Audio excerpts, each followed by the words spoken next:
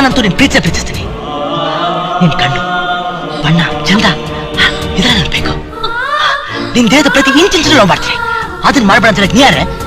ನೋಡೆ, ನೀನನ್ನ ಲವ್ ಮಾಡ್ಬೇಡ ಅಂತ ಹೇಳಕ್ ಯಾವ ರೈಟ್ಸ್ ಇಲ್ಲ. ಅಷ್ಟೇ ಯಾಕೆ ಈ ಪ್ರಪಂಚದಲ್ಲಿ ಯಾವ್ದು ಹುಡುಗ ಲವ್ ಮಾಡಿದ್ರು ಅದನ್ನ ಮಾಡ್ಬೇಡ ಅಂತ ಹೇಳಕ್ ಯಾರಿಗೂ ರೈಟ್ಸ್ ಇಲ್ಲ.